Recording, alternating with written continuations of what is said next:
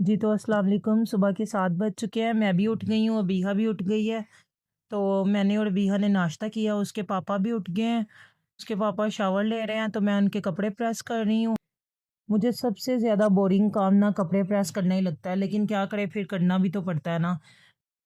तो मैंने ना सब घर वाले सो रहे हैं, जैसे वो उठते हैं फिर हम आपसे मिलते हैं। तो सब घर वाले उठ गए थे, फिर हमने नाश्ता वगैरह किया, बच्चों ने, बड़ों ने, सब ने नाश्ता किया और अब हम लोग बाहर जाने लगे हैं।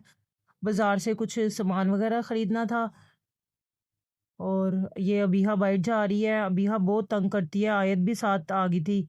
आयत और अबीहा बहुत ज़्यादा तंग करती हैं रास्ते में, दोनों जब मिल जाती है ना, तो फिर दोनों बहुत तंग करती हैं। हम आयत से छुप छुप के आ रहे थे, लेकिन आयत ने हमें देख लिया और ये भी हमारे पीछे आ गई है। ये भाग रही है, दौड़े लगा रही है, फिर गिरती है, फिर इसको चोट लगती है। कल भी इसे चोट लगी थी, फिर इन्होंने फूल तोड़े हैं रास्ते से। ये देखिए आयत के काम चेक करें। ये बस इसको यही होता है कि जहाँ भी जाओ मुझे साथ लेके जाओ। फिर रास्ते में ये बहुत ज़्यादा तंग करती है हम लोगों को। ये आयत और अबीहा पता नहीं क्या मस्तियाँ करी जा रही हैं। आयत कभी इधर जाती है, कभी उधर जाती है। इसने बड़ी आपा को भी तंग किया हुआ है। ये देखिए इसके काम चेक करें। वो उसको बोल रही है कि फूल मुझे दे दो। फूल तोड़े थे इसने रास्ते से, तो कह रही है फूल मुझे पकड़ाओ, मुझे पकड़ाओ।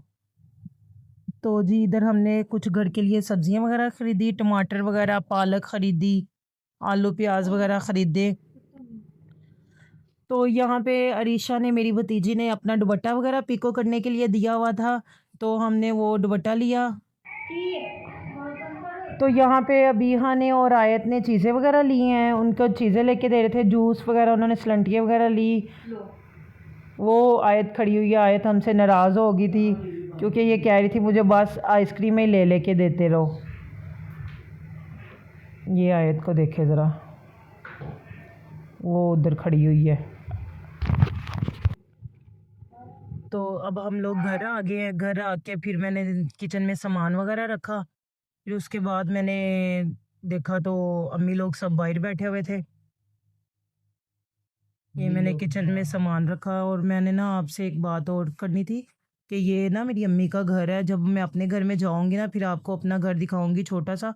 हम अम्मी के घर में थोड़े दिन रहने के लिए आए हुए थे, बच्चों को छुट्टियां वगैरह हुई थी ईद की। तो फिर अम्मी ने बोला कि आप थोड़े दिन हमारे घर रुक जाओ।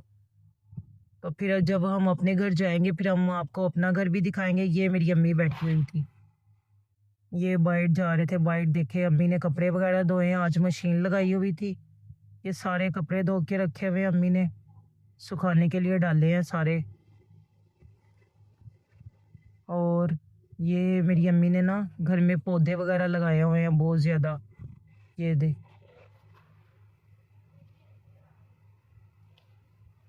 ये बाइट घर,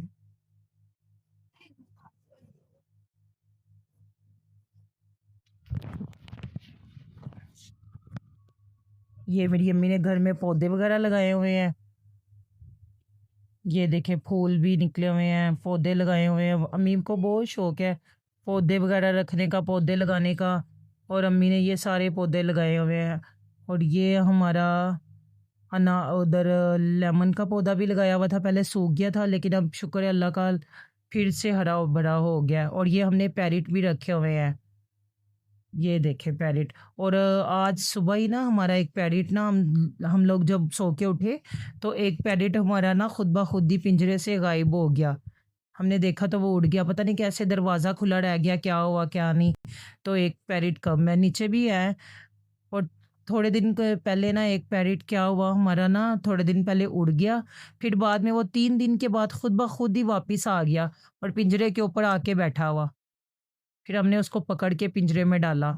इतनी हमें खुशी हुई, इतनी खुशी हुई कि चलो शुक्र है अल्लाह का, वो खुद ही वापस आ गया। तकरीबन 1-2 साल से वो हमारे घर में रह रहा था। हमने सब लोग इतना खुश हुए कि चलो वापस आ गया है।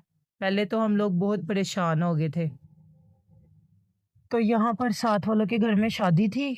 उन्होंने हमें हमें भी इनवाइट किया था, अम्मी लोगों को, यानी कि हमें भी किया था। उन्होंने बोला था कि आप लोग भी शादी पे आना। मैं तो अम्मी के घर मेहमान आई हुई हूँ, तो उन्होंने मुझे भी बोला कि आप लोग भी हमारे घर आना। तो हम लोग नहीं शादी पे जा रहे थे क्योंकि आज मेरी कज़न ने ना हम सारी पूरी फैमिली की ना दावत की हुई थी।